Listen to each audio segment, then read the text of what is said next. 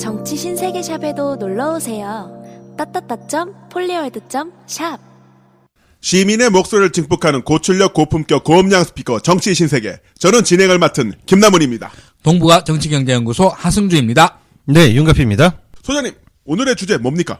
오늘의 주제는 바로 이명박의 앞날에 대해 우리가 궁금한 모든 것들입니다. 하나하나 주옥 같은 궁금한 점들을 다 모아서요, 속 시원하게 답변해 주실 만한 분을 오늘 모셨습니다. 더불어민주교 교주 최성식 변호사님 모셨습니다. 인사해 주시죠. 안녕하십니까, 최성식 변호사입니다. 네, 어느 팟캐스트나 변호사님 한 분 정도 고정이나 혹은 단골 게스트가 있잖아요. 네. 근데 우리 최성식 변호사님만큼 정확하고 높은 정보력을 자랑하시는 분 절대 없습니다. 특히 23편 에피소드를 찾아보시면은 탄핵에 대해 우리가 불안한 모든 것 총정리 편이 있습니다. 그걸 지금 들어보시면은 와, 정말 정확한 분석이고 예측력 대단하고 저 정보력은 어디서 나오는가 하고 놀라실 겁니다. 뭐 과찬의 말씀이십니다. 네, 근데 우연히 그렇게 된 겁니다. 예. 네, 우연히. 네, 그 분석 예측 정보력은 우연에서 기인하는 것입니다. 네, 맞아요. 예, 우연이에요. 네. 아니, 잠시 침묵이 이어진 점에 대해서 사과 말씀드리겠습니다. 아니, 윤갑희 소장님이 이렇게 방송용으로 니즈를 쫙 끌어놓으셨는데, 우연입니다. 이러면. 아, 그래도 엄청난 명중률을 자랑하시지 않습니까, 최 변호사님? 네. 네. 원래 대가들은 겸손하게 얘기해. 굉장히 겸손하시네요. 지금 현재 사실 제일 궁금한 게 이명박입니다. 이명박 관련 보도들은 엄청나게 나오고, 또 혐의 사항이 또 한두 개가 아니지 않습니까? 그래서 이게, 헷갈리는 부분도 있고, 또 정작 우리가 궁금한 건 또 보도에 잘 안 나오더라고요. 그래서 그 부분 좀 여쭤보려고 시작을 합니다. 네. 최 변호사님, 이명박 전 대통령이 현재 받고 있는 혐의 어떤 것들이 있습니까? 크게 나눠서 보면 네 가지인데, 그 특수활동비를 개인 착복하셨다는 의혹하고, 국정원과 군을 동원해서 선거에 개입하고 댓글 달았다는 의혹, 그리고 민간인을 사찰했다는 의혹, 그리고 다스 관련 의혹이 있는 것 같습니다. 네. 국정원 특수활동비는 유용했다. 그러면 어떤 식으로 죄가 적용이 되는 거죠? 그게 경우를 나눠서 봐야 되는데, 우리가 청와대에도 특수활동비가 있고, 국정원에도 특수활동비가 굉장히 많잖아요. 네. 그런데 국정원 특수활동비를 이명박 씨가 사적으로 받아서 사용했다면 그건 뇌물수수가 되고, 또 국정원은 뇌물. 예. 네. 청와대 특수활동비를 사적으로 이렇게 사용했다면 그건 횡령죄가 됩니다. 근데 청와대 특수활동비 같은 경우는 영수증 없어도 쓸 수 있는 돈이니까 그냥 막 써도 되는 거 아닙니까? 예, 이제 다 그렇게 생각하고 또 실제로 그렇게 쓰는 사람들이 2명 있었던 것 같아요. 한 명은 지금 서울구치소에 가 있고, 예, 한 분이 다른 분인데 누구라고 제가 말씀은 안 드리는데, 네. 근데 특수활동비가 비록 영수증 없이 쓸 수 있는 돈은 맞습니다. 그리고 예산을 편성할 때는 항상 세부 항목까지 다 편성해야 돼요. 그러니까 무슨 건물을 짓는다 그러면 설계비 얼마, 건축비 얼마, 중간에 뭐 보상 나갈 거 있으면 보상비 얼마, 이런 식으로 세목을 다 정해서 해야 되는데 특수활동비는 그런 게 없어요. 어디 쓸지 모르는 돈이고, 나중에도 어디에 얼마 썼습니다라고 보고를 안 해도 되는 돈이거든요. 그냥 총액만 보고하면 됩니다. 그런데 아무리 그런 돈이라 그래도 관청에 나오는 돈이거든요. 그렇겠죠. 그렇기 때문에 예산인 이상에는 공적인 용도에 써야 되는 것이고, 만약에 진짜 이건 그렇다는 게 아니라 예를 들어서 뭐 이시영 씨 집을 마련하는데 6억을 썼다. 이시영 씨가 전셋집을 얻는데 현금 6억이 막 나왔다. 현금 6억이. 네. 그런데 그런데 살 때 다 6억 현금으로 각자 갖고 가지 않나요? 그 정도는 다 하죠. 네, 네, 하죠. 네. 네. 그런데 그게 나중에 알고 보니까 만약 특수활동비였다. 그것도 청와대 특수활동비였다. 그러면 그것까지 횡령이 아니라고 할 법률가는 없을 것 같아요. 만약에 저도 정말 불엄한 상상을 해봤는데요. 이명박 대통령 내외가 해외 순방을 갔는데 명품 백화점에서 가방을 샀는데 그 가방을 산 돈이 뭐 이런 특수활동비였다. 이런 불온한 상상을 해봤는데 그런 경우에도 역시 횡령죄가 된다는 거죠. 그거는 이제 청와대 특수활동비로 가방을, 절대 그랬을 뿐이 아니라는 그렇죠. 걸 먼저 이제 전제를 하고, 예. 청와대 특수활동비로 가방을 사셨으면 그건 횡령이 된다고 봐야 될 것 같은데, 김윤옥 여사님 같은 경우는 아니 내가 어떻게 무슨 그 비닐봉다를 들고 다니라는 말이냐. 그리고 내가 해외 순방 다니려면 나도 가방이 좀 가방 같은 게 하나 있어야겠다. 그래서 품위를 유지하기 위해서 구입한 것이다. 이렇게 주장할 수도 있어요. 네네. 네. 품위 유지 비용이다. 예. 그러니까 특수활동비가 품위 유지에 쓸 수 있는지는 저도 좀 잠깐만, 아리송한데. 그렇게 빠져나가면 어떡합니까? 큰일 났네. 예, 근데 이제 그건 이해는 하는데 꼭 법률적으로 따지자면 품위 유지비도 어느 정도지. 막 가방이 3,000만 원짜리다. 그랬다는 게 아니라. 네네. 뭐 에르메스라는 게 아니라. 버킨백이 아니라. 예, 뭐 텔리백이라는 것도 아니고. 예, 근데 그게 아니라 3,000만 원짜리 가방을 들어야 품위 유지가 된다? 그거는 법률가들이 좀 이해하기 어려울 것 같아요. 만약에 그렇게 공금으로 샀으면 예. 나올 때 두고 나와야 되잖아요. 그럼요. 그거는 관용물이죠. 예, 안 두고 나왔죠? 그거 받았다는 사람은 없더라고요. 예, 제가 그래서 안 그래도 좀 누구한테 물어봤는데 가방 놓고 나오셨다는 얘기는 없는 것 같아요. 저는 김윤옥 씨 관련해서는 약간은 이해가 되기도 해요. 왜냐하면 김정숙 여사님처럼 뭘 입어도 오태가 나는 분이 있고 뭘 입어도 안 나는 분이 있거든요. 아 그렇다면 약간 심정적인 차원에서 국가적인 차원에서 약간 근데 여기서 잠깐 다른 질문 하나를 드려보면은 그 아까 국정원 특활비면 뇌물죄, 특활비면은 횡령죄 이렇게 말씀하셨는데 그 보통 뇌물죄 하면 대가관계가 입증돼야 된다 이런 얘기가 있지 않습니까? 만약 국정원 특활비를 받았는데 대가관계가 뭐 없다 이런 식으로 변명하면 어떨까요? 그렇게 진짜 빠져나가면 큰일인데. 네, 그런 뇌물 피고인들은 모든 피고인들이 다 대가 관계가 없다. 그래서 네. 그럼 왜 준 거냐? 그럼 그냥요. 뭐 이렇게 마음이요. 예, 뭐 내 마음이죠. 뭐. 예. 그러니까 보통 제일 흔한 거는 달래니까 줬다. 그런 것이고. 근데 이거는 전두환 노태우 사건 때 생긴 판례인데 그 대통령은 그 행정부의 수반이면서 국정 전반에 대해서 모든 권한을 갖고 있거든요. 네. 또 특히 이제 인사권을 갖고 있잖아요. 네네. 근데 그 사람한테 돈을 줬다면 굳이 구체적인 대가 관계를 바라고 준 것도 실제로 아니더라도 그 사람에게 돈을 줬다면 그거는 직무 관련성이 있다고 인정되거든요. 네네. 그걸 포괄적 뇌물죄라고 하는데 그런데 옛날에 전두환 노태우 사건에서도 그 재벌들이 막 많이 줬죠. 적게는 뭐 한 번 만날 때마다 30억, 뭐 많은 사람들은 100억씩 줬다 그래요. 100억씩 줬는데 그 100억을 왜 줬냐 그러면 뭐 그냥요. 뭐 관례라서요. 뭐 달라 그래서 줬어요. 뭐 이걸 다 그렇게 얘기하고 아무런 더 이상 입증을 못 했어요. 변호사님 이런 식으로 이명박 전 대통령이 빠져나갈 수가 있을 것 같습니까? 어떨 것 같습니까? 그거는 안 돼요. 안 돼요? 안 돼요? 왜냐하면 좀 전에 말씀하신 그냥 대로 국정원장이 날 생각해서 줬어요. 마음이래요. 예, 그거는 안 돼요. 그러니까 자기가 실제로 대통령으로서 그 국정원의 인사권자잖아요. 네. 그 사람을 그 국정원장에 임명한 사람도 자기고 또 그 사람을 국정원을 그만두게 할 수 있는 사람도 자기거든요. 네네. 그런 경우에는 그 사람한테 돈을 받으면 꼭 대가 관계가 없더라도 직무 관련성이 인정돼서 항상 그런 경우에는 뇌물죄가 성립을 해요. 자, 그럼 제가 그런 사건도 해봤어요. 궁금한 게 있는데요. 뇌물 수수잖아요. 예, 그러니까 준 사람도 죄가 있고 받은 사람도 죄가 나올 거 아닙니까? 예, 맞아요. 어떤 쪽이 더 큰가요? 받은 사람이 훨씬 크죠. 받은 사람이 더 큽니다. 예. 그러면은 준 사람이 만약에 강요에 의해서 줬다 그러면 본인의 형량이 좀 줄어드나요? 많이 줄어들죠. 아하, 예. 그렇군요. 예. 뇌물이니까 예, 나중에 뱉어야 되는 거 아닙니까? 추징도 다 되죠. 그렇습니까? 아하. 그러면 에르메스 버킨백을 절대 그러실 분은 아니고. 영부인이 구입매를 하셨어요. 예. 그러면 그 가방 현물로는 납부가 안 되겠고 현찰로 다시 돌려줘야 되는 거죠. 국가에다. 그렇죠. 그렇지. 이게 가격이 확 떨어지잖아요. 바로 시세가 떨어지기 때문에 그거 돌려준다고 될 일은 아닌 거죠. 물론 이제 가방을 돌려주실 정 재산이 없으시면 가방을 돌려받아야겠죠. 그런데 그거라도. 이제 그게 위험한 건 왜 그러냐면 물론 절대 그러실 분이 아닌데 내가 돈이 없다 그러니까 내 가방을 가져가라 해서 네. 검사가 가서 그 가방을 가져와 보면 네. 그게 아마 짝퉁일 것 같아요. 그럴 수도 있겠구나. 예. 바꿔치기를 할 수도 있다. 그렇죠. 네. 그렇기 근데 때문에 저기 선량하고 순진한 검사들이 이게 짝퉁인지 아닌지 알게 아, 뭐야. 검사님도 그런 거 몰라요. 예. 우리 이제 그 상폭견 단속하시는 검사님들 중에는 그런 전문가들이 몇 분 계신데 그 검사님이 가서 네. 압수를 해보셔야죠. 아, 그래야겠네요. 예. 검찰은 이거 참고하시기 바랍니다.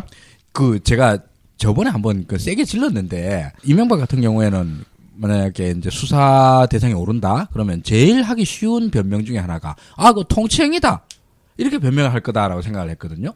그런데, 이렇게 예를 들자면은, 아직 나온 건 아닙니다만, 혹시 우리의 상상 속에서 했듯이, 백을 샀다라든가, 집값 사는 데 썼다든가, 이러면 통치행위라고 이게 변명하기는 불가능하지 않을까요? 그거는 절대 안 되죠. 다른 어떤 정책 결정 행위도, 그러니까 그런 개인적인 잘못, 네네. 그것도 통치행위가 안 되는 건 물론이거니와, 그 어떤 정책 결정에 관한 행동도 통치행위로 인정된 사례는 한 번도 없어요. 우리나라 판례에. 심지어 실제로 한번 다뤄진 거는 어떤 일이 있었냐면 박지원 의원님이 처벌받으셨을 때 대북송금이요? 대북송금 사건 때 그때 처벌받으신 이유가 현대가 대북 사업의 이권의 대가로 5억 불인가를 줬는데 북한에 보냈는데 그 보내는 과정에서 송금의 편의를 봐줬다라고 해서 외환관리법 이런 걸로 처벌받으셨었거든요. 근데 그때도 그건 실제로 어떤 정책을 결정하고, 그러니까 북한하고 현대하고 사업을 하게 해줄 거냐 안 해줄 거냐, 이건 고도의 정책적 행위잖아요. 그렇죠. 고도의 정책적 행위에 수반되는 사소한 그런 편의 제공 행위조차 통치 행위로 안 봐줘요. 아, 그렇군요. 빡세졌군요. 예, 원래부터 그랬어요. 그러니까 이명박 대통령 같은 경우는 통치행위라고 본인이 주장을 할 수는 있는데 그게 받아들여질 가능성은 진짜 없어요. 집을 사고 가방을 산 게 통치행위라. 그런 주장을 해보면 해도 재밌을 것 같습니다. 하고도 남을 그런 주장은 하겠지. 네. 네. 다음 제목으로 가볼게요. 배에 가스가 자주 찰 때, 화장실 갔다 와도 잔변감이 남을 때, 풀어지는 변을 자주 볼 때, 화장실에서 일을 보면 쭈루룩 할 때, 이런 증상이 있으신 분들은 검색창에 오만디환을 검색해보세요. 오만디환은 대장 관련 식품으로서 별도로 광고는 하지 않았는데도 드셔보신 분들의 입소문을 통해서 꾸준하게 판매를 해오고 있습니다. 다른 화학적인 첨가물은 전혀 넣지 않고 천연 재료로 만들었기 때문에 안심하고 드실 수 있습니다. 무색소, 무방부제, 무화학 첨가물로 만든 오만디환입니다. 오만디환은 오만디샵에서 판매하고 있습니다. 전화는 070-4686-4287입니다.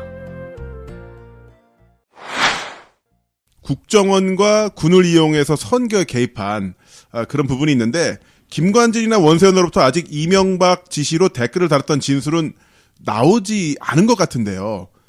만약에 나온다면 댓글 단 거는 어떤 식으로 죄가 적용이 되나요? 국정원 직원은 정치에 관여하면 안 돼요. 그래서 국정원 법에 딱 나와 있어요. 그래서 정치 관여죄라는 죄목이 있거든요. 아, 이것도 정치를 관여한 것도 죄고 그거를 지시한 것도 죄가 되는 거죠? 양쪽 다. 그럼요. 네. 요건 또 누가 더 높게 나올까요? 이런 역시 지시한 경우에는 쪽? 지시한 사람이 항상 높은 야, 형을 계속 받죠. 이명박 승리야. 그러네요. 아까부터 계속. 야, 역시 부하들이 상사를 이길 수 없어. 그래. 이게 왜 그러냐면 국정원 직원들이 댓글 달고 그러면 정말 안 되는 거예요. 우리나라에서 워낙 많이 해서 그런데 정말 그러면 안 되는 거예요. 그게 솔직까지 안 하셔도 예, 괜찮습니다. 범죄예요. 범죄인데 그 직원들 보고 댓글을 달라 그랬으니까 정치 관여죄가 되고 네. 또 공무원이 선거에 개입했으니까 그 선거 임박해서 후보를 비방하는 댓글을 달았으니까 네. 또 공직선거법 위반이 돼요. 그래서 원세훈 씨가 처음에는 술은 마셨지만 음주운전은 아니다 이런 식으로 정치 관여는 했지만 선거 개입은 아니다 해서 일부 무죄 받아서 집행유예로 나갔다가 다시 고등법원에서 징역 법정 구속됐다가 다시 대법원에서 파기환송돼서 고등법원에서 다시 재판했는데 그때 다시 징역 4년을 받았잖아요. 그게 작년이에요. 네. 그랬는데 이미 그래서 그 원세훈 씨가 그 죄로 고등법원에 선고받고 지금 대법원에서 재판받고 있는 상태예요.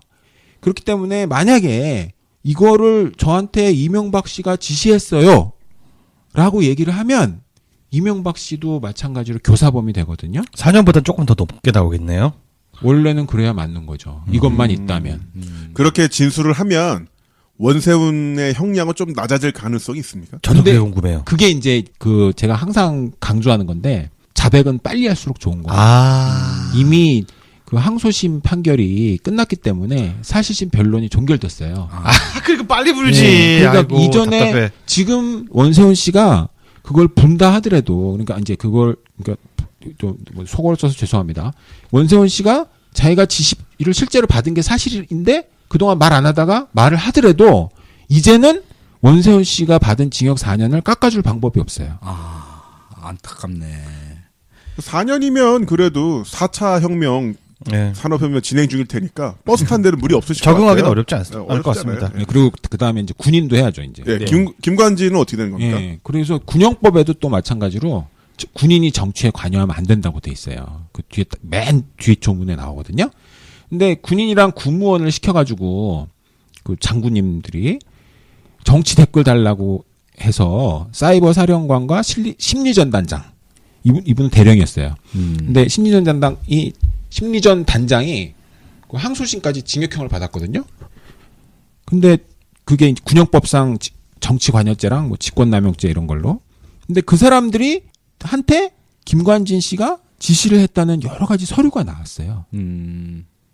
그래서 그분들이 진술한 게 아니에요. 네. 서류가 나온 거군요. 네, 서류가 좀 나왔어요. 그래서 김관진 그걸 가지고 다시 추궁을 했겠죠. 뭐 근데 그래서 김관진 씨가 구속이 됐다가 구속적 부신으로 풀려서 지금 밖에 다니시긴 하는데 만약 김관진 씨한테 이명박 씨가 지시했다는 진술이나 또 어디 문서가 나오면 그러면 이명박 씨도 군형법상 정치관여죄 또 직권남용죄가 되는 거죠. 군형법을 어긴 거니까 군 교도소에 수감되나요? 뭔 소리야? 굉장히 이것도 굉장히 좋은 질문입니다. 예. 좋은 질문입니까? 예. 나도 그럼 막 저런 질문 막 할 거야. 아, 칭찬받았다. 예, 왜냐하면 그 첫째로 군인은 군 교도소에 수감되려면 현역 군인만 되거든요. 예. 현역 군인만 되고 현역이 아닌 상태가 되면 일반 교도소로 이감 가요. 별로 좋은 질문 아닌 것 같은데? 그냥 그런데 위로해준 것 같은데? 한편 이런 얘기는 굉장히 많이 해요. 이명박이 군인이 아닌데 왜냐면 이 사람 군인이었던 적이 한 번도 없어요. 그렇죠. 이상하게 군대 면제받아가지고. 예. 기관진과 폐렴으로. 예. 기관지가 확장돼가지고. 근데 그분이 군인인 적이 한 번도 없는데 왜 군형법 위반되느냐 하고 또 틀림없이 또 그 태극기랑 성조개 들고 흔드는 사람들이 군형법 적용 웬 말이냐 법치국가 이룩하자 뭐 이럴 거예요. 공범 법리라는 게 있어서 공범과 신분 법리라는 게 있어서 그 군인을 군형법을 위반하도록 민간인이 시키면 그 민간인도 군형법 위반죄가 돼요. 그래서 아까 국정원법인데 대통령이 그거에 구속을 받나 했는데 그랑 비슷한 거네요. 예, 그것도 되게 중요한 쟁점인데 국정원 직원한테만 적용되는 것이고 이명박 씨는 국정원 직원이 아니잖아요. 그렇죠. 그런데 왜 이명박 씨가 이걸로 처벌을 받을 수 있을까라고 생각하기 쉬운데 마찬가지예요. 공범과 신분 규정 때문에 국정원 직원 아닌 사람이 국정원법을 위반하게 시키면 그 사람도 국정원법 위반으로 처벌받는 겁니다. 네. 지금 원세훈 씨 같은 경우에는 자백을 너무 늦게 해서 그러니까 형량을 좀 낮아질 가능성이 매우 낮다 그러셨는데 그렇죠. 김관진 장관 같은 경우는 빨리빨리 자백을 하는 게 좋겠네요. 그렇죠. 자기 예. 그 변호를 위해서라도. 기왕 또 바깥에 나온 김에는 앞으로도 계속 바깥에 있는 게 좋을 거 아니에요. 그렇죠. 예. 그러려면 얼른 가서 그 사실은 이렇습니다 하고 쫙 써가지고 내면 그러면 왜 그 사람한테 다시 영장 치겠어요. 불구속 재판이 계속 진행될 수 있다 이런 예. 말씀이시죠. 그리고 1심 판사님도 봐줄걸요? 제 생각. 만약 그러면?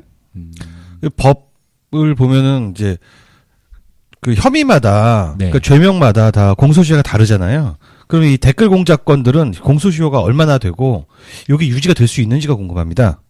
예, 그것도 굉장히 좋은 질문이신데 사실은 이분들이 댓글을 단 거는 2012년에 집중적으로 달았어요. 그렇죠. 근데 그로부터 5년이 훌쩍 넘었잖아요. 네. 그런데 그 당시에 국정원법 위반이나 국정원법 정치관여죄, 국정원법 정치관여죄, 또 군형법 정치관여죄는 다 공소시효가 5년이에요.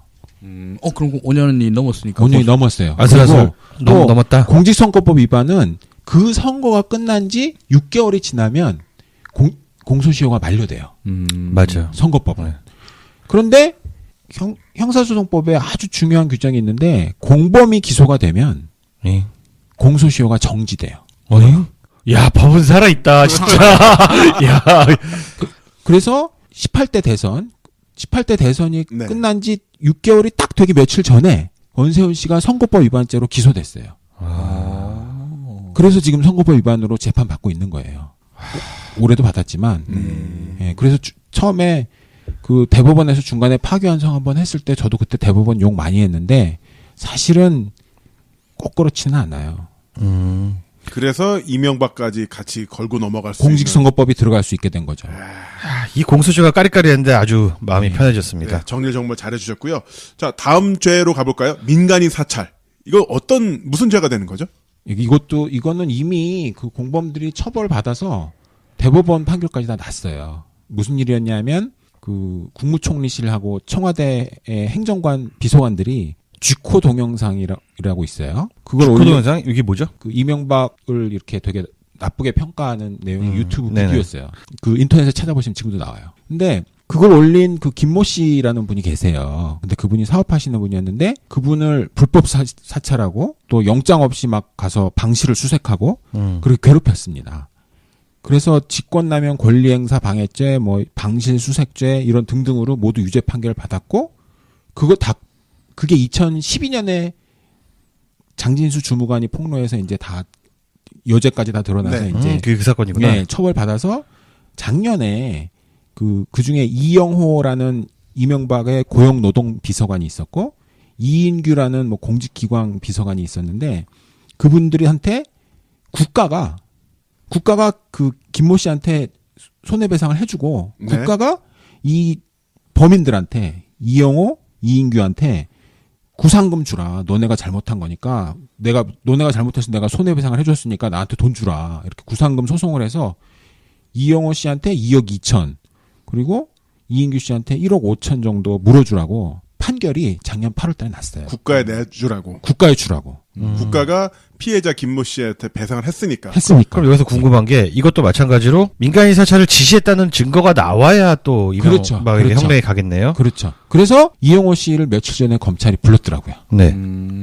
그래서 만약에 이영호 씨가 그때는 제가 말 못했는데요. 그 이명박 대통령이 시켜서 한 일입니다. 라고 하면 이명박 대통령도 직권남용 권리행사 방해죄 등등의 그 공범이 되는 거죠. 제가 이제 좀 이 흐름을 쭉 듣다 보니까 이런 생각이 나는데 원세훈은 당시에 그 이명박에게 책임을 전가하는 굳이 말하면 이명박의 지심을 밝히는 내용을 말할 수가 없었던 것 같아요. 사회적 분위기도 있고 먼저 나서는 사람이 없으니까. 근데 지금은 뭐 다들 개다소나 이명박이 시켜서 했다라고 하고 있기 때문에 이용호 씨도 뭐 그런 진술을 할 가능성이 좀 보인다고 할 수 있겠네요. 작년 8월 달에 판결이 났잖아요. 2억 2천만 원 내놓으라고. 예, 내놓으라고. 그런데 그게 1심이라는 거죠. 네. 이제 확정이 아직 안 된 아직 거죠. 안 됐어요. 네. 예. 그러니까 2억 2천을 이용호 씨가 물어줘야 되는 거예요. 그런데 만약에 이용호 씨가 2억 2천만 원을 자기 돈으로 물어줘야 되는데 그걸 정말로 시킨 사람이 있으면 가서 달라고 하겠죠. 그렇죠. 그 달라고 할 사람이 누구라고는 제가 얘기 안 하겠는데 네. 달라고 할 사람이 돈을 쓰는 걸 굉장히 싫어하신다고 그러더라고요. 네. 그러니까 그 돈을 줄 리가 없다고 하면 자기가 왜 혼자 돈을 다 2억 2천만 원을 생돈을 줘요. 지금이라도 늦지 않았어요. 이분도. 나는 대통령이 시켜서 눈물을 머금고 한 일입니다 하면은 그 가담 정도가 줄기 때문에 비록 고의를 하더라도 구상금도 깎을 수 있고 또 나중에 이명박 씨한테 구상금 청구를 자기가 할 수도 있어요. 내가 낸 돈 갚아주시오. 예. 제 생각엔 지금 이명박이 바빠서 이거 이영호 씨를 못 챙길 것 같아요. 너무 바빠가지고 야 어떻게든 연락을 해가지고 야 내가 그 돈 물어줄게. 그냥 끝까지 네가 한 걸로 해. 이렇게 하면 참 좋을 텐데 이걸 알뜰하게 챙길 수 있을지 모르겠습니다. 그럼 이 사건도 마찬가지로 공소시효가 있을 거 아니에요? 처음에 이분들이 방실 수색하고 가서 괴롭히고 했던 거는 2008년 9월에 한 행동이에요. 2008년 9월. 예. 근데 직권남용 권리행사 방해죄 공소시효는 7년이거든요. 7년이니까 좀 아슬아슬해요. 그래서 중간에 근데 공범들이 이용호 씨, 뭐 이인규 씨, 뭐 이런 분들이 재판을 받았어요. 네. 근데 한 1년 몇 개월씩 받았거든요. 이게 마치 축구의 루즈타임 같은 거네요. 정확히 어느 정도 늘어난지 그동안 모르겠지만. 정지가 됐는데 어허. 조금은 아마 남아있지 않을까 그렇게 생각됩니다. 왜냐하면 그 검사가 수사를 할 때 맨 처음에 이거부터 따져요. 아, 그렇습니까? 네. 아, 나는 바쁘니까, 고소식 지나갔네? 이러면 어떡하나 그런 걱정도 좀 했는데. 네. 맨 처음에 이거부터 따지는데 이용호 씨를 왜 불렀겠어요? 그 지금 이게 아까 사건 같은 경우에는 그 형사 사건의 형량을 줄이기 위해서라도 빨리빨리 자백을 하는 게 좋은 거고 네. 지금 이용호 씨 같은 경우는 형사는 자기 다 끝났잖아요 지금. 그렇죠. 이제 이미 처벌 다 받았죠. 남은 거는 그 구상금 낼 거. 2억 예, 2천. 이게 돈 문제니까. 돈 문제니까. 확실하게 하셔야죠. 예, 이게 돈 문제 깔끔하게 하는 게 좋죠. 윤- 돈도 윤갑희 돈이고 소장님- 명예도 명예고. 윤갑희 소장님 말씀대로 이명박 씨가 굉장히 바빠서 못 챙겨요. 못 챙길 것 같습니다. 이거는 본인께서 영리하게 행동을 하셔야 됩니다. 예, 직접 챙기십시오. 직접 챙기셔야 돼요. 자, 그럼 다스로 넘어가 보겠습니다, 변호사님. 다스는 무슨 죄가 어떻게 적용되는 거죠? 굉장히 많잖아요. 핵심만 좀 짧게 한번 짚어주시죠. 예, 이거는 정말 복잡하고 범죄 될 만한 게 많아요. 그런데 그 지금 현재 나타난 바로는 다스가 김경준의 스위스은행 계좌에서 140억을 돌려받았거든요. 네. 예. 법원에서 그러지 말라는 명령이 있음에도 불구하고 네. 에리카 김이 한국에 들어와서 뭐 이렇게 합의 다 하고 뭐 이런 식으로 꼭 합의한 것처럼 그렇게 돈을 돌려받았는데 그때 공무원이 그걸 도와줬다는 문건이 있어요. 네, 그렇죠. 예. 그 LA 총영사부터 시작해가지고 뭐 청와대가 다 청와대, 나서가지고. 예. 국세청. 근데 공무원을 시켜서 자기 회사 또는 자기 형님 회사 돈 받는 예를 들면 뭐 채권 추심 업체처럼 사용했거든요. 근데 그런 거는 직권남용 권리행사 방해가 되는 것 같아요. 요거 센 겁니까? 그 직권남용 권리행사 방해가 5년 이하의 징역이고 또 뭐 10년 이하의 자격정지가 붙는 죄인데요. 이게 벌금이 없어요. 그냥 무조건 저기 징역형 쪽으로. 그러니까 이제 집유 아니면은 법정형의 벌금이 없는지는 제가 좀 찾아봐야 되는데 네. 직권남용 권리행사 방해했는데 벌금을 선고하는 경우는 거의 없는 것 같아요. 그러니까 좀 상대적으로 무거운 죄예요. 네. 지금 이명박 전 대통령에 대해서 특수활동비 개인 착복, 국정화 군을 이용한 선거 개입, 민간인 사찰 의혹, 다수 관련 의혹들이 있는데 이 네 가지 죄목 중에서 가장 형량이라든가 벌금이 센 거는 어떤 죄목이죠? 그 뇌물이 1억 원 이상이 되면 그 특정범죄 가중처벌법이라고 그래서 그 무기 또는 10년 이상의 징역이 돼요. 항상 뇌물이 진짜 제일 세더라고. 예, 그래서 10년 이상. 만약에 좋다. 국정원 특활비를 1억 원 이상 받은 게 뭐 증거 다 나온 것 같은데 일단 그게- 6억부터 출발. 예, 그게 만약에 인정되면 그게 가장 무겁죠. 아, 이거 하나만 확실히 잡아도 참 그게 어디야. 아유. 사실은 뇌물이 만약에 인정되면 굉장히 타격이 커요. 벌금도 붙죠? 추징도 붙죠? 아, 그렇구나. 이거는 또 추징이 붙는구나. 또. 예. 추징, 뇌물이 벌금. 굉장히 무서운 죄예요. 징역도 하고. 근데 이 징역이 일반인들이 더 무섭겠지만 이명박에게는 추징이나 벌금이 정말 무섭겠네요. 저는 뭐 캐릭터를 잘 모르긴 하는데 네. 근데 저기 지금 현재 이명박 대통령이 아마 연세가 70이 넘으신 걸로 알고 있는데 여기서 뇌물이 인정이 되면 10년 이상 징역이 들어가시고 네. 그럼 10년 이상이라는데 뭐 10년이 될지 15년이 될지 모르는데 8순이 넘어서 이제 나오시기 때문에 그때 뭐 저기 돈 쓸 시간이 얼마나 있으시겠어요? 그렇죠. 근데 돈을 이것보다는 우리 이시영 씨가 좀 그러네요. 앞날이 감감하네 진짜. 여러 가지 네 가지 일단 혐의가 있는데 우리 멤버들 외에 가장 악질이라고 생각되는 범죄가 뭐가 있을까? 하나씩 골라볼까요, 한번? 지금 여태 나온 거 예. 저는 여태까지 나온 거는 솔직히 제 성미에는 다 그렇게 대단한 범죄들은 아닌 것 같아요. 유 소장님은 어떤 거 생각하십니까? 그러니까 사자방 쪽으로 가야지 진짜 큰 게 나오지. 사대강하고 사자방 쪽인 것 같고 지금 나온 거는 일단 잡을 수 있는 거 물증 중심으로 잡아 넣은 것 같고 이명박의 거대한 그 악에 비하면은 근데 형량이나 뭐 이런 거와는 떠나서 저는 그 이명박의 순수한 악을 갖다 증명하는 사건으로는 민간인 불법 사찰을 보고 싶어요. 저도 그 부분이요. 예, 정말로 뭐랄까 그냥 평범한 민간인인데 그 사실은 그 민간인의 사업체를 빼먹으려고 이 지랄을 한 거지 않습니까? 그분 블로그가 하루 방문자가 400명도 안 돼요. 그러니까 사실상 혼자 보는 그런 블로그였는데 스크랩해로 보려고 한 건데 그걸 가지고 털어가지고 그 김모 씨의 개인 일상과 사업이 굉장히 어려움을 겪었죠. 그러니까요. 근데 그 당시에 또 민간인 사찰뿐만 아니라 정치인 사찰도 했다는 거 아니에요? 할 수 있는 건 다 했지. 아, 민간인 사찰했는데 당연히 했겠죠. 당연히 그러니까 하지. 이명박 씨가 김모 씨만 그렇게 괴롭힌 게 아니잖아요. 괴롭힌 게 아니고 정치인도 많이 사찰하고 남경필, 정두원 이런 사람도 다 사찰했다는 거잖아요. 정두원까지 있습니까? 네, 본인이 사찰 당했다고 그래요. 변호사님, 네. 구속영장 발부될까요? 언제 나올까요? 나 제일 궁금해. 이게 좀 전에 말씀드린 거하고 연관돼 있는데 그 공소시효가 얼마 안 남아 있는 게 좀 있어요. 그렇기 때문에 제일 타이트한 게 뭔데요? 제일 타이트한 게 제가 보기에는 그 직권남용. 직권남용? 예. 그거는 얼마 안 남았죠. 주지수가 진짜 큰일 했다, 진짜, 이거. 그건 정말 얼마 안 남았어요. 예. 구속영장 발부되면 예. 어디 수감돼요? 그러니까 이제 17대 대통령 지내신 분이니까 그 18대 대통령이 수감되신 곳에 수감하는 것이 균형에 맞지 않겠습니까? 그럼 서울구치소요? 아니요, 동부구치소요. 박근혜 씨가 그래? 왜 서울구치소에 있는 거 아니야, 박근혜가? 그 사람 그냥 바지고 대한민국 제 17대 대통령은 지금 대한민국 제 18대 대통령은 지금 동부구치소에 수감되어 계신 최순실 씨. 아, 그렇죠. 그렇죠. 맨날 헷갈려요. 저도 이거 헷갈리는데. 누구나 헷갈려요. 네. 그러니까 그 18대 대통령은 실질 그냥 바지가 한 명 있었고. 그럴 수 있죠. 그러니까 이게 숫자로 부르죠. 진짜 제가 봐도 제가 이명박이라도 박근혜가 있는 곳으로 수감하라면 좀 기분 나쁠 것 같아요. 네. 급이 안 맞지, 급이 안 맞죠. 오너죠, 오너. 그렇죠. 재계용으로 오너가 계신 곳에 가겠다. 사실 이명박도 무슨 협상하고 그랬을 때 최순실을 만나서 했을 것 같아요. 그럼요. 너 전직 대통령 잘 모실 거야, 안 모실 거야? 그리고 이 부분이 전직 대통령에 대한 예우와도 좀 관련되는 것 같습니다. 맞습니다. 제가 그렇습니다. 방금 포털 사이트 지도 검사를 통해서 살펴보니까 동부구치소와 그 내곡동 사저. 이분은 지금 사전 논현동인데. 논현동이죠. 네, 근데 논현동인데. 내곡동 기준으로 했을 때도 마음의 고향은 내곡동이잖아요. 5.6km밖에 안 떨어져 있어요. 그래요? 그럼 적응 빨리 하겠네. 정 빨리 하겠어요. 자가용으로는 15분 정도 거리고 대중교통 440번 버스, 34번 버스를 타면은 편하게 가실 수가 있습니다. 탈옥을 하더라도 걸어서 가실 수 있겠네요. 네. 아니 그리고 또 이제 그 내곡동이 굉장히 요진 게 네. 거기가 서울구치소도 가까워요.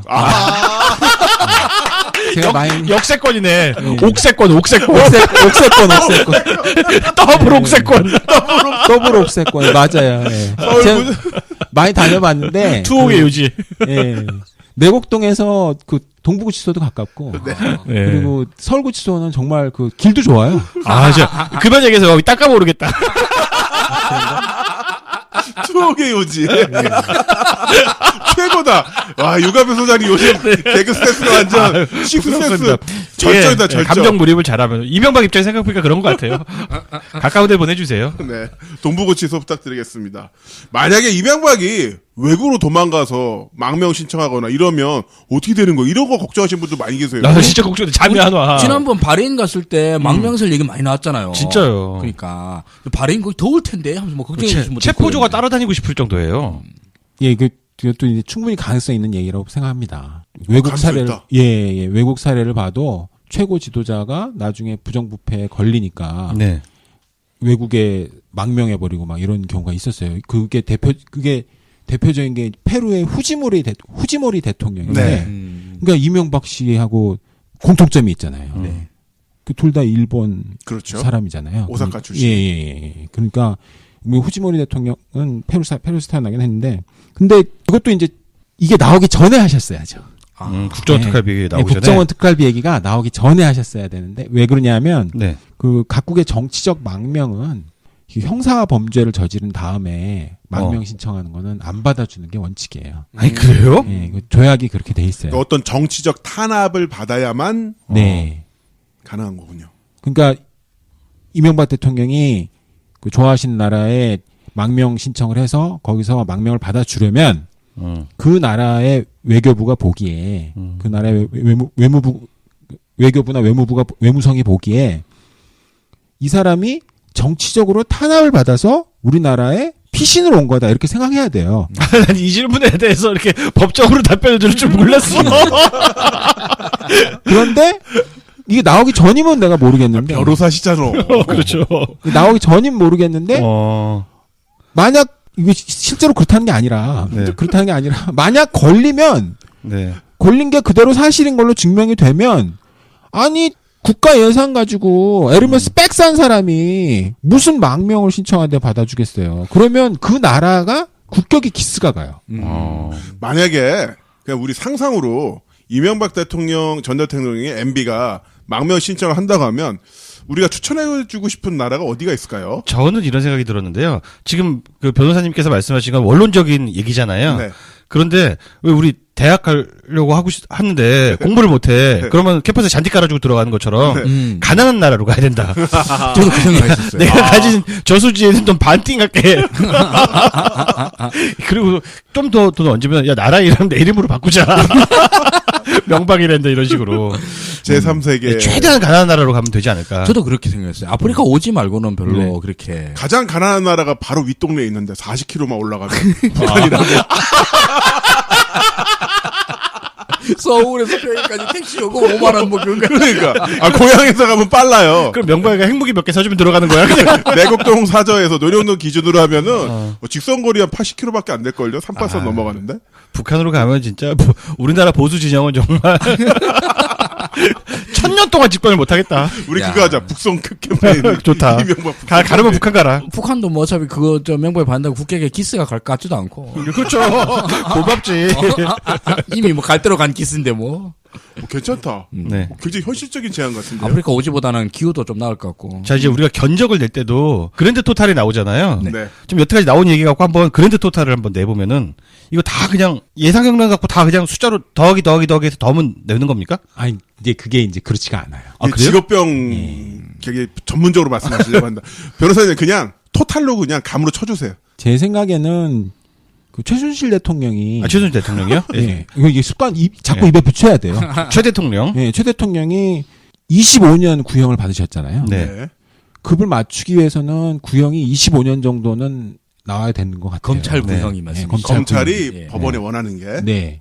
그래서 결론적으로는 한 15년 15년. 아, 정도 나오시지 실망스러워. 않을까. 그래도 MB 정도면 한 150년 이렇게 자존심 나와야 상하지 되는 거 않을까요, 아닌가? 우리가? 150년 나오면 좋은데 그게 전 세계 대부분의 나라가 이제 흡수주의라 그래서요. 죄를 100개를 지어도 그중에 가장 무거운 죄의 상한의 2분의 1만 가중해요. 그러니까 일정량 누구처럼 죄 지은 게 많으면 그 뒤에 죄 몇 개 더 지어도 그렇게 큰 대세 차이는 없어요.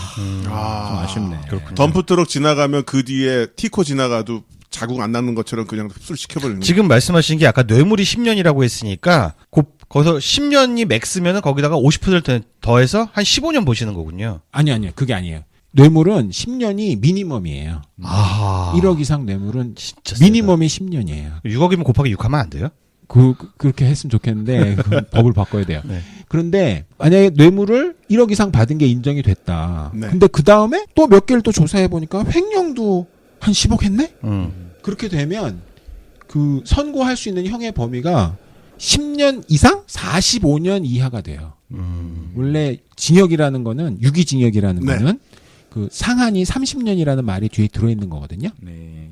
30년 이하라는 말이 뒤에 들어있는 거거든요. 근데 죄를 무거운 걸 하나 질 때마다 그 뒤에 45년이 붙고 그 뒤로 더 붙으면 사실은 그렇게 그게 형의 범위에는 아무런 영향이 없어요. 일단은 요거 4개 가지고 그렇게 나오는 거고 이거 이외에도 사자방, 4대강 뭐 또 우리가 알지 못하는 어떤 많은 범죄들이 있을 것 같은데 계속 올라갈 수가 있나요? 그러니까 재판 중에 올라갈 수가 있는지가 궁금한데요. 예, 그것도 되게 굉장히 좋은 질문이에요. 그래서 만약에 이명박 씨가 고등법원에서 징역 15년을 받았어요.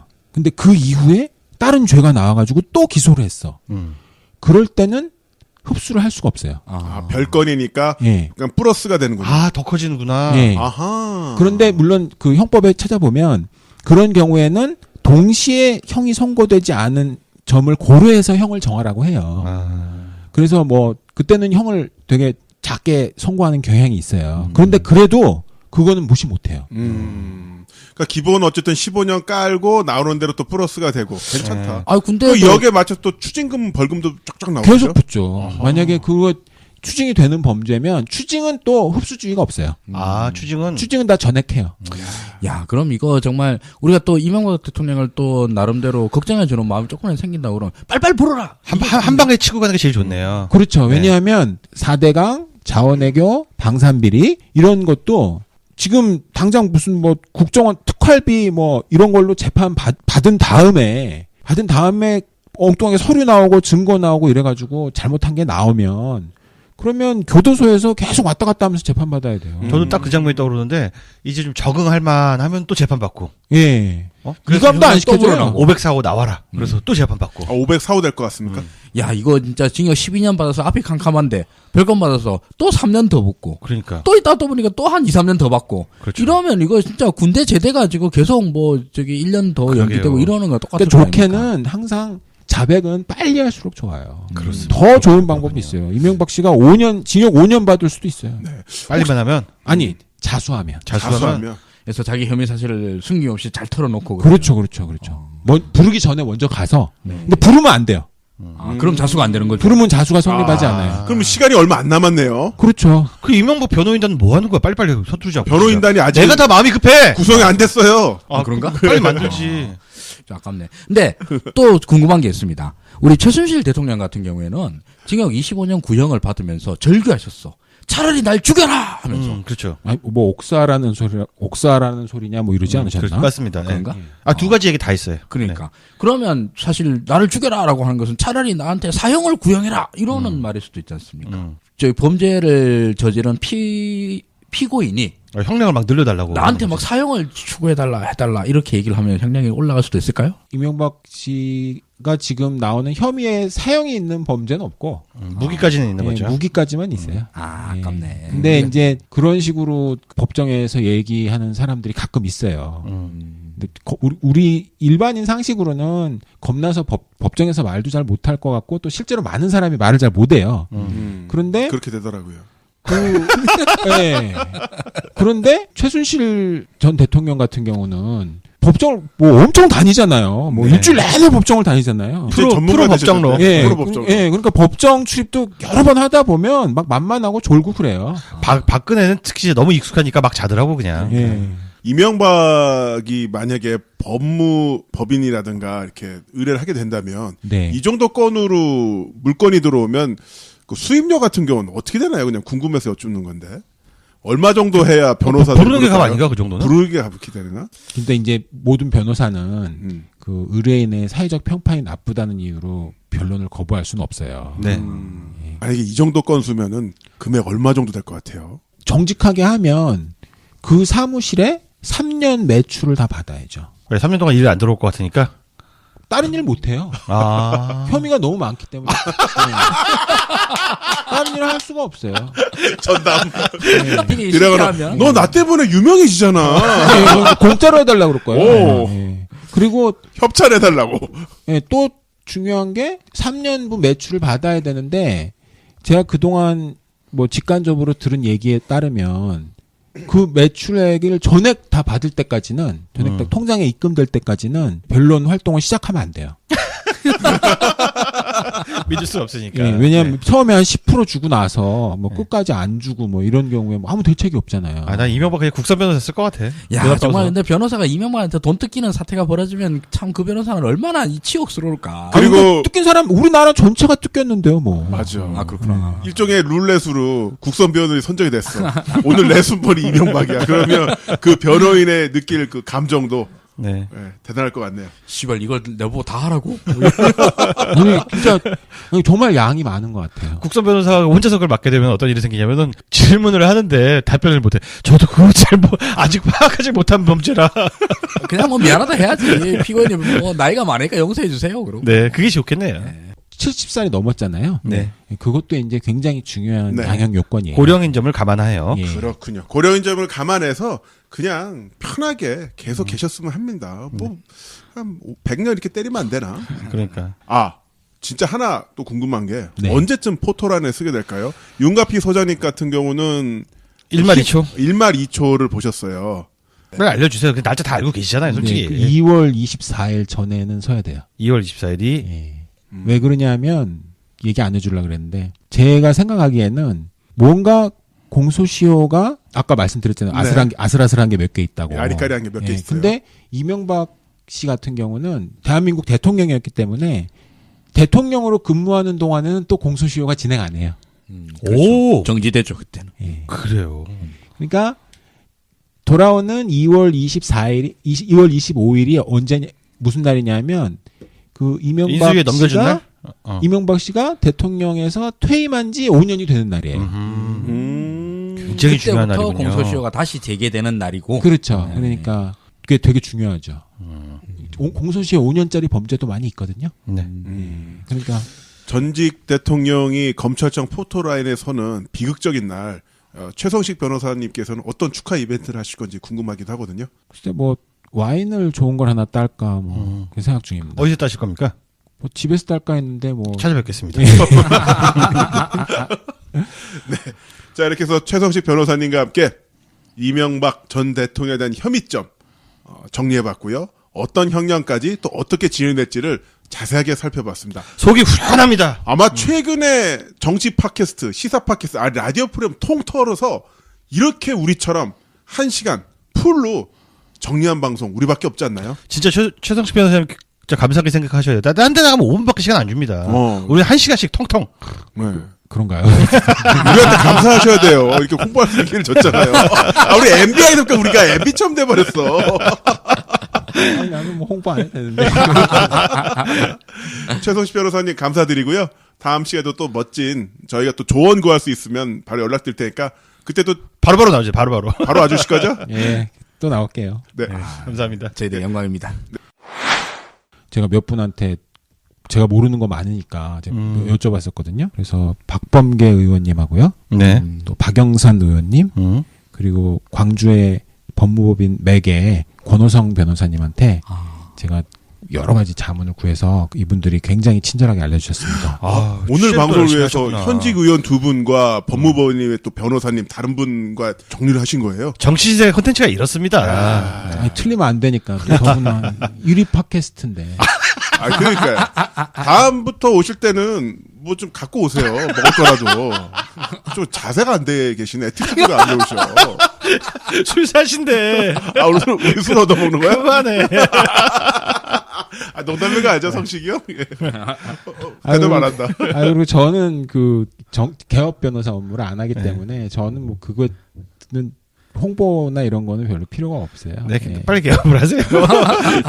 그 권호성 변호사님하고 또 그리고 오늘 도와주신 박범계 의원님, 박영선 의원님께 많은 성원 부탁드립니다. 네, 권우성 변호사님 그러면 지금 근무하시는 곳이 광주요. 광주? 예. 근데 서울도 오세요? 예, 펌 이름이 법무법인 맥이요. 맥. 예. 좋습니다. 맥 기억해 주십시오. 네. 맥킨토시 구입하실 때는 여기서 부탁드립니다. 아니 그게 아니고. 오늘 방송 마치겠습니다. 마십시다. 지금까지 정치세계 김남훈, 하승주 윤가피 최성식 변호사였습니다. 고맙습니다.